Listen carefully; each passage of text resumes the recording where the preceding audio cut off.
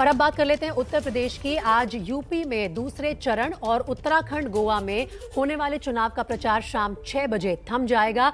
PM Narendra Modi दोपहर 1:30 बजे उत्तराखंड के रुद्रपुर और दोपहर 3:30 बजे यूपी के कन्नौज में जनसभा करेंगे। जबकि अगर हम बात करें एसपी सुप्रीमो अखिलेश यादव की, तो वो आज बदायूं और शाहजहांपुर में चुनाव प्रचार में नजर आएंगे।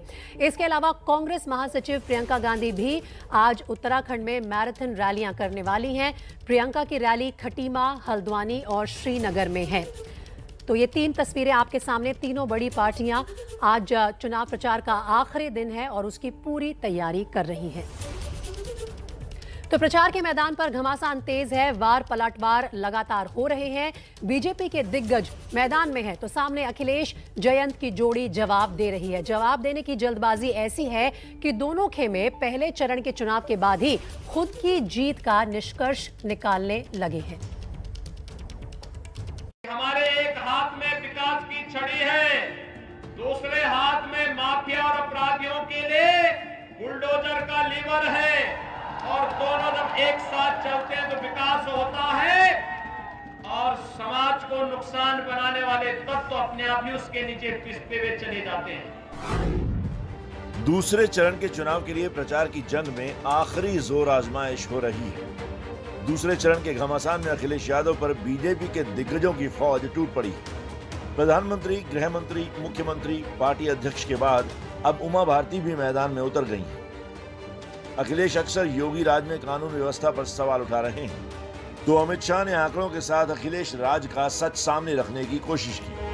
डकैती के अंदर 5 साल में 72% की कमी आई, लूट में 62% की कमी आई, हत्या में 31% की कमी आई, अपहरण में 29% की कमी आई है। माताओं, बहनों, भाइयों, इतनी सारी बहनें माता यहां बैठी है, बलात्कार में 50% की कमी लाने का काम योगी आदित्यनाथ की भारतीय जनता पार्टी की सरकार ने।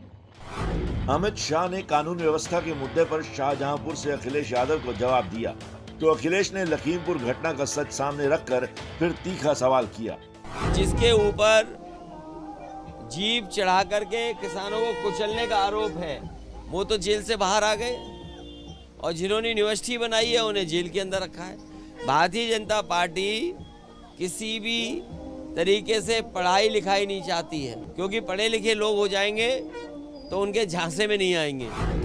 किसानों के मुद्दे पर 2022 की जंग में अखिलेश के जोड़ीदार बने जयंत चौधरी भी बीजेपी पर हमला बोल रहे हैं। जिस तरह से पहले चरण में एक सुपड़ा साफ हुआ किसान विरोधियों का, उसी को और गति देंगे। नहीं, अब आ रहे हैं, उनको देखना चाहिए।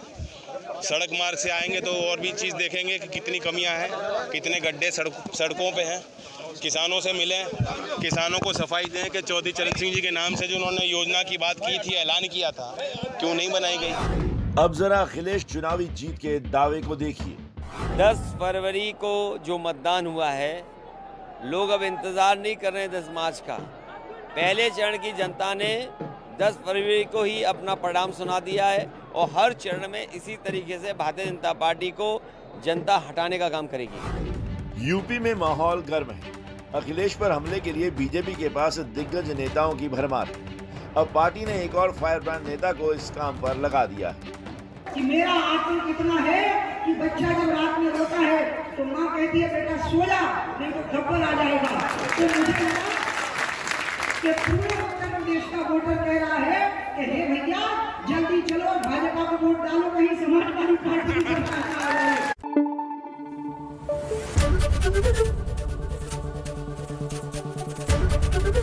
एबीपी न्यूज आपको रखे आगे।